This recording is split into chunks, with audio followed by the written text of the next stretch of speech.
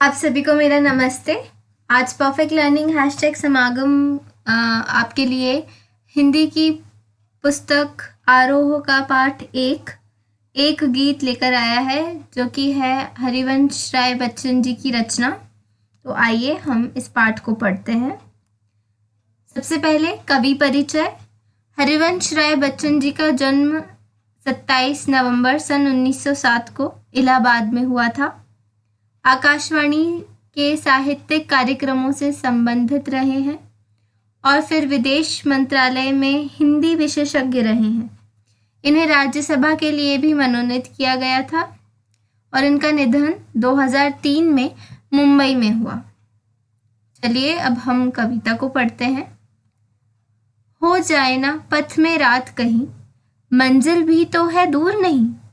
यह सोच थका दिन का पंथी भी जल्दी जल्दी चलता है, दिन जल्दी जल्दी ढलता है। बच्चे प्रत्याशा में होंगे, नीड़ों से झांक रहे होंगे। यह ध्यान परों में चिड़ियों के भरता कितनी चंचलता है, दिन जल्दी जल्दी ढलता है। मुझसे मिलने को कौन विकल, मैं हूँ किसके हित चंचल। यह प्रश्न शिथिल करता पद को भरता उनमें विभलता है, दिन जल्दी जल्दी ढलता है। तो हमने अब कविता पढ़ ली है, तो अब हम इसका प्रतिपाद्य पढ़ते हैं। प्रतिपाद्य को अगर हम अंग्रेजी के शब्दों में देखा जाए तो प्रतिपाद्य होता है समरी प्लस मॉरल। चलिए हम प्रतिपाद्य पढ़ते हैं। किसी प्रिय आलंबन या विषय से भावी साक्षात्कार का आश्वासन ही हमारे प्रयास के पगों की गति में चंचल तेजी भर सकता है। अन्यथा हम शिथिल और फिर जड़ता को प्राप्त होने अभिषिप्त हो जाते हैं। यह गीत इस बड़े सत्य के समय के गुजरते जाने के एहसास में लक्ष्य प्राप्ति कुछ कर गुजरने का जज्बा भी लिए हुए है। तो इसका मतलब ये है कि हमारे जीवन में कोई लक्ष्य या उद्देश्य का होना अनिवार्य है। अगर हमारे जीवन में लक्ष्य और उद्देश्य नहीं होंगे तो हमारा जीवन निरस हो जाएगा। बहुत हम कह सकते हैं कि बिना रस का हो जाएगा, उसमें कोई उत्साह नहीं रहेगा। जैसे कि हम देखते हैं कि जब हमारा दिल धड़कता है तो कैसे ऊंची नीची रेखाएं बनती हैं, और वहीं जब वो धड़कना बंद हो जाता है तो एक सीधी रेखा बन जाती है। तो वही कवि बताने की कोशिश कर रहे हैं कि जीवन में लक्ष्य का या उद्देश्य का होना बहुत ज़रूरी है। ये लक्ष्य उद्देश्य कुछ भी हो सकता है। ये आपके जीवन के जो कि चीज़ें आपको पानी है वो भी हो सकती हैं, आपके परिवार के लोग भी हो सकते हैं। और वो कवि इसमें बताते हैं कि समय एक ही गति से चलता है। वो हमारे कार्यों के ऊपर निर्भर करता है कि अगर हमारे पास कुछ कर गुजरने का जज्बा है तो हमें वो समय कम लगेगा, पर अगर हम कुछ भी नहीं करते, हमारे जीवन में जड़ता है, कुछ भी नहीं है, शिथिलता है, तो हमें वो जीवन ऐसा लगेगा, वो समय ऐसा लगेगा कि बहुत धीमे धीमे गति से बढ़ रहा है। तो ये इस कविता का प्रतिपाद्य है। आइए अब हम इसका सार पढ़ते हैं। इस कविता का सार है कि जब शाम को जो पथिक है वो अपनी रास्ते पे चलता रहता है, जब उसे सामने दिखती है उसकी मंजिल, तो उसके थके कदमों में भी तेजी आ जाती है, चंचलता आ जाती है।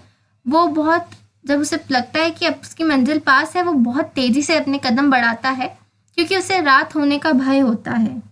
ये उसी प्रकार है जब आप किसी रेस में हो, दौड़ रहे हों, और आखिरी राउंड जब आपके सामने आता है तो आप अपनी गति को बहुत ज़्यादा बढ़ा लेते हैं, क्योंकि आखिरी जो राउंड होता है वही आपको तय करता है कि आप सफलता पाएंगे, आप जीतेंगे या नहीं जीतेंगे। तो उसी प्रकार कवि बताते हैं कि जीवन के पथ पर चलते हुए व्यक्ति जब अपने लक्ष्य के निकट होता है तो उसकी उत्सुकता और बढ़ जाती है। वो इसे उदाहरण से समझाते हैं कि जैसे पक्षी भी अपने बच्चों की चिंता करते हैं, और जैसे ही उनके मन में अपने बच्चों के प्रति ख्याल आता है कि वो घोंसलों से झांक रहे होंगे, तो उनके पंखों में बहुत तेज़ी आ जाती है और वो बहुत तेज़ी से पंख फड़फड़ाकर अपने बच्चों के पास उड़ के चले जाते हैं। क्योंकि अपनी संतान से मिलने की चाह तो हर किसी प्राणी में होती है। आशा व्यक्ति के जीवन में नई चेतना भर देती है।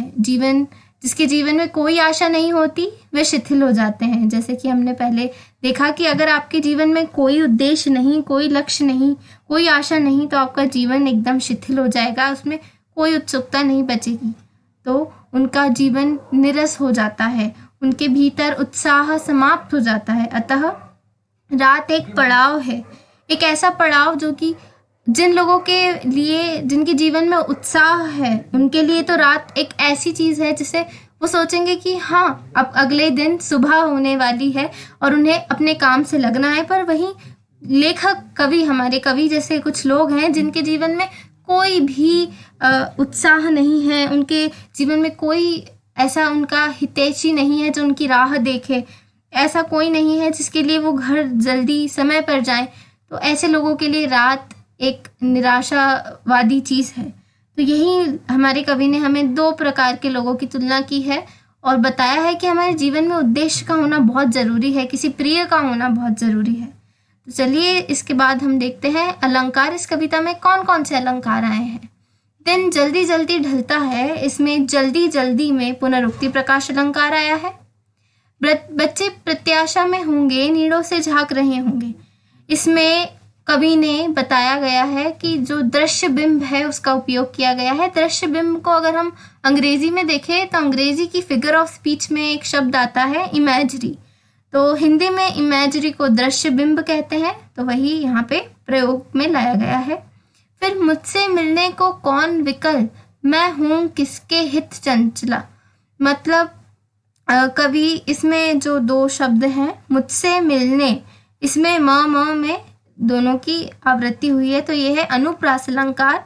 वहीं इन दोनों पंक्तियों में आखिरी में प्रश्नवाचक चिन्ह है, तो ये है प्रश्नालंकार। तो इसी प्रकार से हमारी जो ये कविता है वो समाप्त होती है। अगर आपको कविता अच्छे से समझ में आई हो, आपको ये वीडियो अच्छी लगी हो, तो इसे लाइक, शेयर, सब्सक्राइब करना ना भूलिएगा। मेरे चैनल को ज़रूर सब्सक्राइब कीजिएगा और विषयों के लिए भी धन्यवाद।